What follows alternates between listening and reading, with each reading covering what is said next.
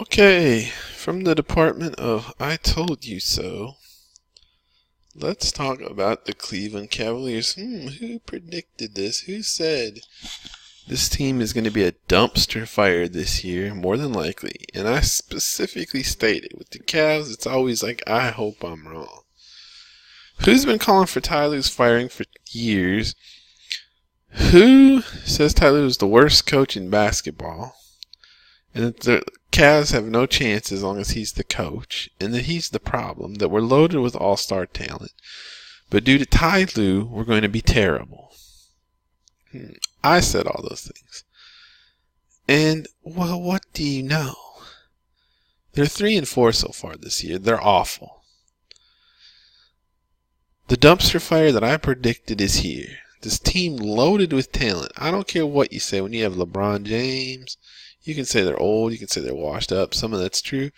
But when you have LeBron James, Dwayne Wade, Derrick Rose, people were just salivating at the all-star roster of this team before the year, when you have Kevin Love, Kyle Korver, LeBron James, Channing Frye, Jay Crowder, Jeff Green, Derrick Rose, J.R. Smith, Iman Shumpert, Isaiah Thomas, Tristan Thompson, Dwayne Wade, it's insane.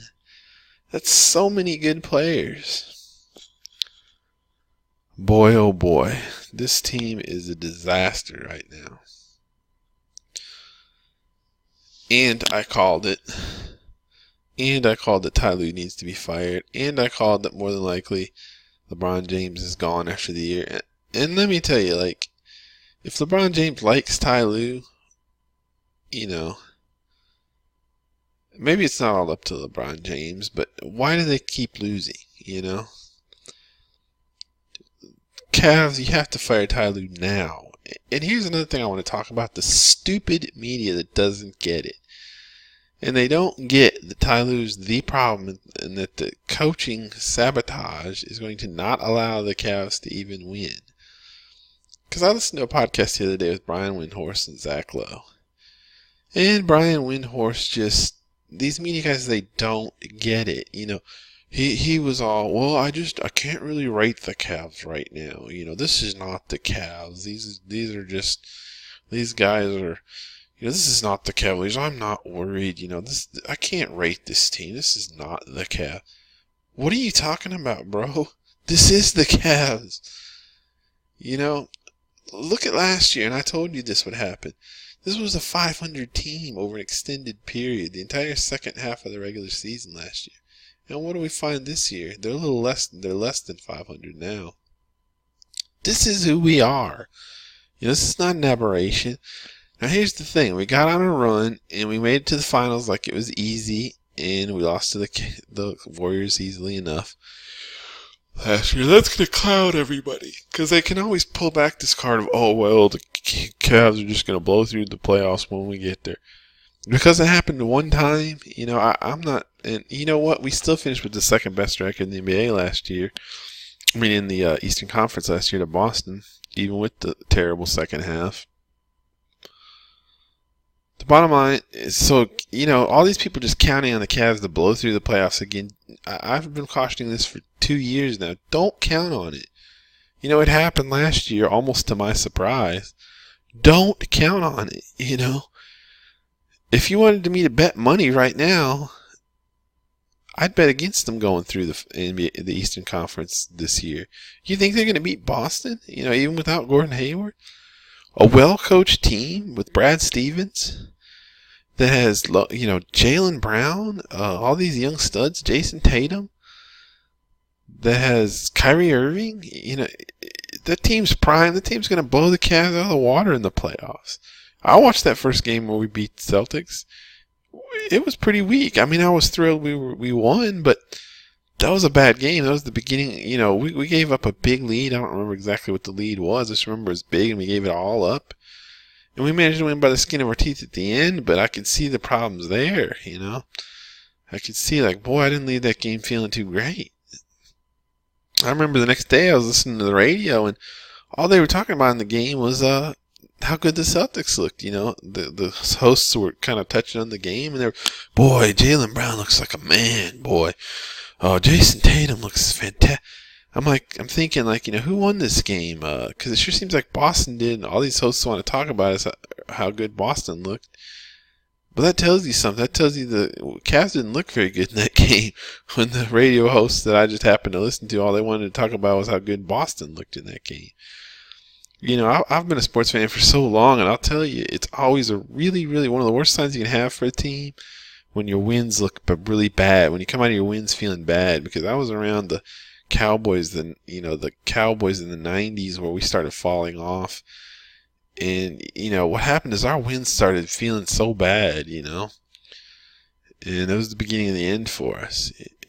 So I know that the win that feels bad or looks bad or is an unimpressive win is a real red flag in sports. Now, given that you're going to have some of those games, and so it depends on the situation, because just the random nature of sports, you're going to have some games that you win by 2 points that you're supposed to win by 20, and you come back the next team and you may blow out the next team by 30, and then everybody forgets about the 2-point game, and at the end of the day, it's just a W. It counts the same as any other W. And that's true. That happens with all teams. That happens with great teams. So you can't always say, like, oh, we barely won this game. We were supposed to win big, and we're terrible. That's not the case. But you can really tell. You can tell the mood and attitude around a team. And when you get these games, like I would even qualify the opening day win over the Celtics as this, and to a certain extent. It still felt good, but it didn't. You could tell there were huge problems with the Cavs.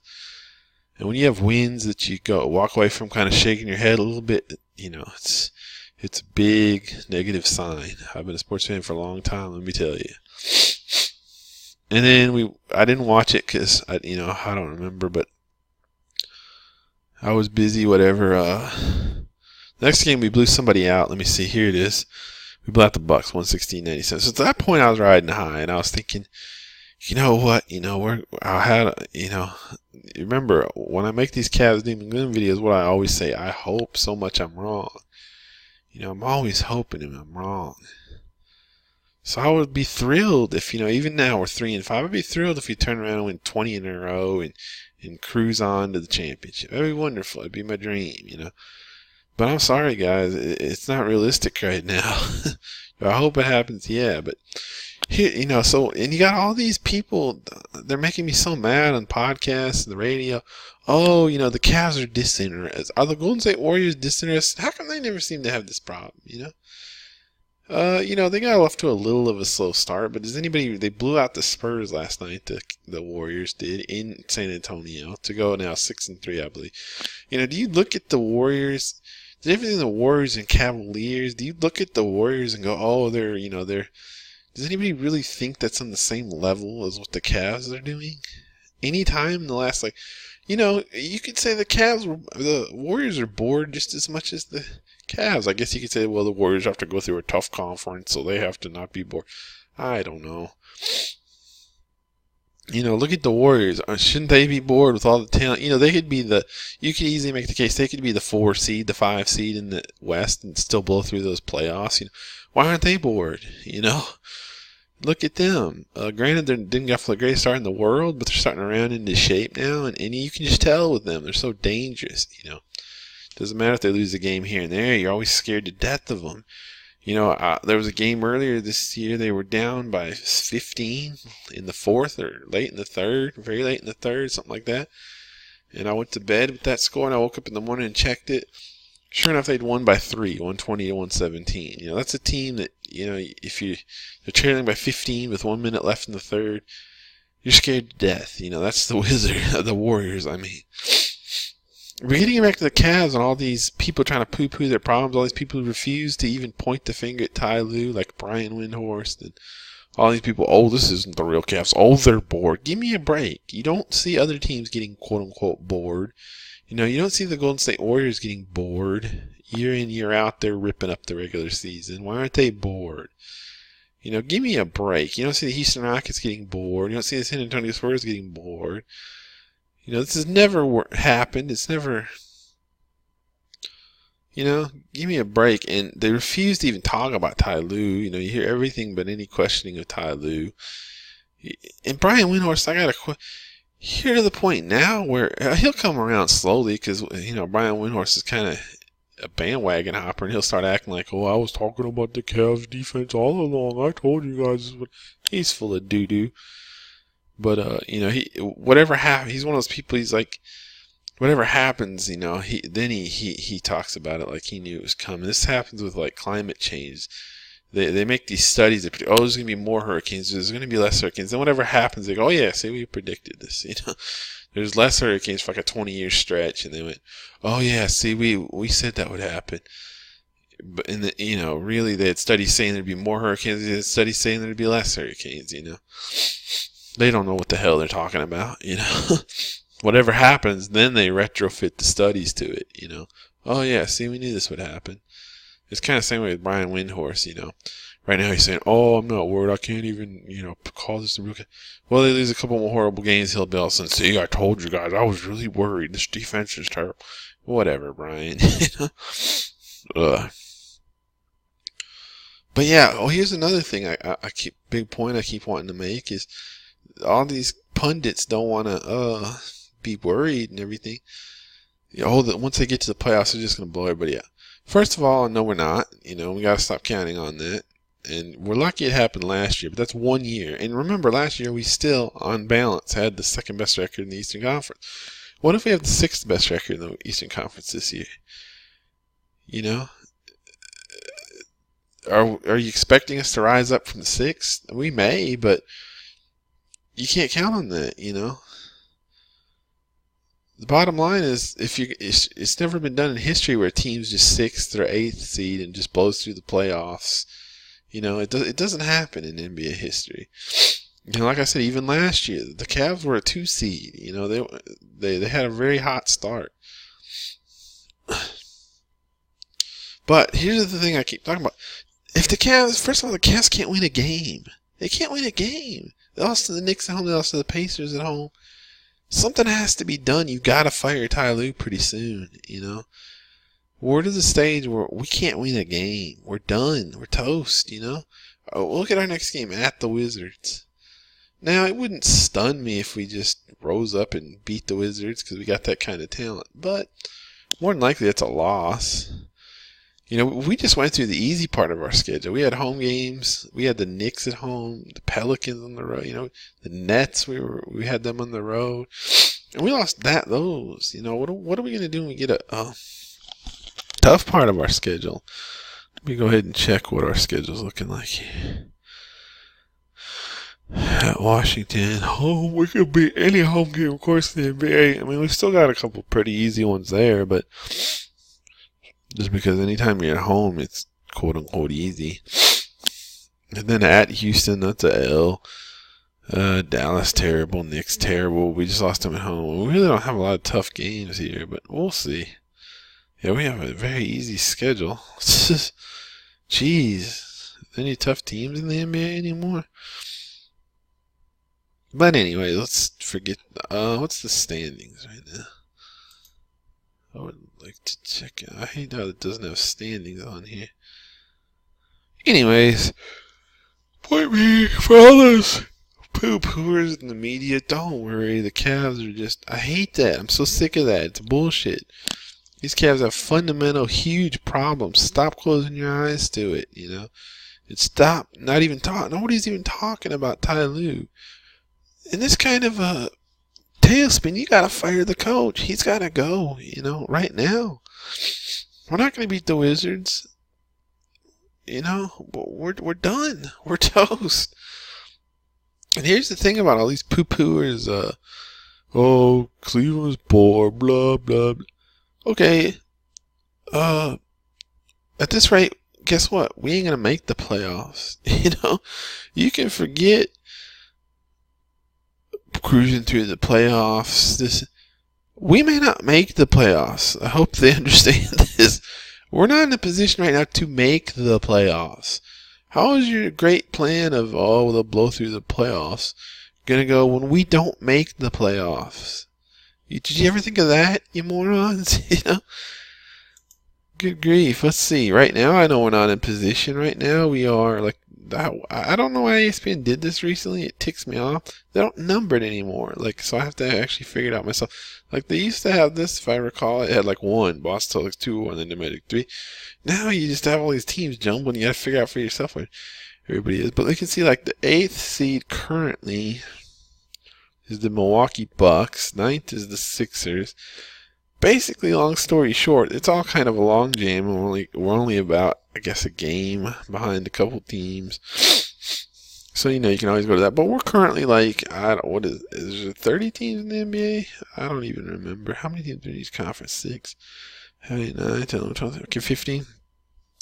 We currently look to be 13th in the East. Now, granted, we're really only about a game back of the playoffs, game and a half. But still. We're not, season is the day we ain't in the playoffs, And look at our home road ski. We've already played 5 at home and 3 on the road. I mean, we're in trouble, people.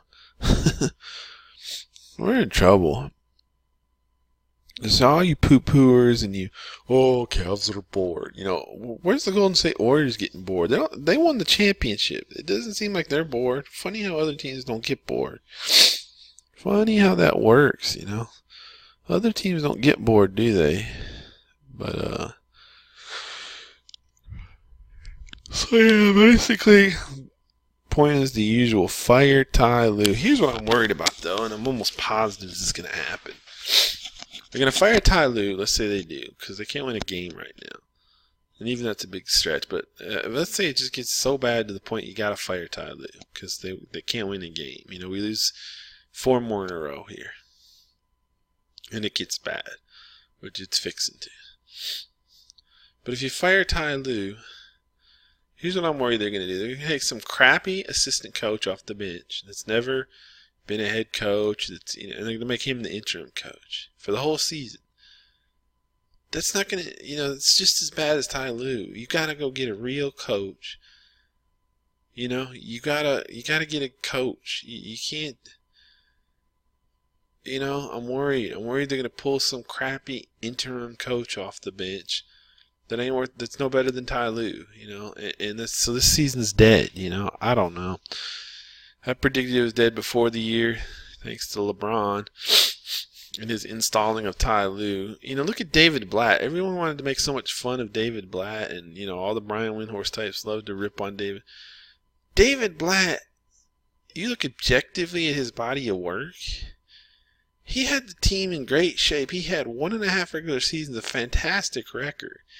In fact, you can really look at it that once he left, the team just went downhill. And, he had a great regular season his first year, and he had a great half a regular season. I'm trying to remember how this all went exactly. Yeah, he had the Cavs off to a great record. His second year, and Ty Lue came in. They were kind of lackluster the second half of that regular season, but they coasted on Blatt's fumes, and then they won the championship. That's Ty Lue's claim to fame. Okay, nice going. Then they had a pretty lackluster regular season last year, lost in the final, and this year, I look at it as whatever structure they had has just been coasting on Blatt's fumes for a season and a half. It was a terrible move to get rid of Blatt. He should still be the coach, to be honest. I don't care if LeBron didn't like him. He's a joke. LeBron is a joke. I mean, as a general manager. Another thing I just wanted to touch on here, looking at these standings, is a lot of times, I'll make the case that the NBA is the talent league, and that's such a huge positive for it, and how the talent matters here. Who's going to be good, who's going to be bad. Whereas the NFL, the NHL, these other leagues, even MLB, they're the more like chance leagues. You don't know who's going to be good, bad till the season starts. And the way you can tell in the NFL is you got to keep checking the standings every week to see who's good. You don't know who's good. The only thing that tells you who's good is hindsight. Who's got a good record. Well, the NBA is like that this year. I swear, it's like you got to check the standings to see who's good. And I see here a lot of these Western Conference teams lost, so that. Golden State, of course, is really good, but it's weird this year. Spurs are not too good. The Thunder aren't killing it just yet. You know, who else? I don't know. It just feels weird. The Timberwolves are up there. It feels like you got to check the standings to see who's good, as I keep saying. Looks like the Timberwolves are finally going to turn it around, though. And in the East, what do you know? The Celtics, after an 0-2 start, now 6-2. Good luck, Cavs. Good luck beating those young studs. Probably ain't going to do it. So yeah, I don't know. I don't know where LeBron goes from here, but I'm just tired of the media poo-pooing these problems, not even talking about TY LUE. And, you know, just trying to gloss over everything. Oh, just wait till the best. They're not going to make the playoffs at this rate, you know? Get over yourselves, dudes. There's a huge problem, and you need to understand it. And you should have known it before the season, like I did. So yeah, that's it. Fire TY LUE.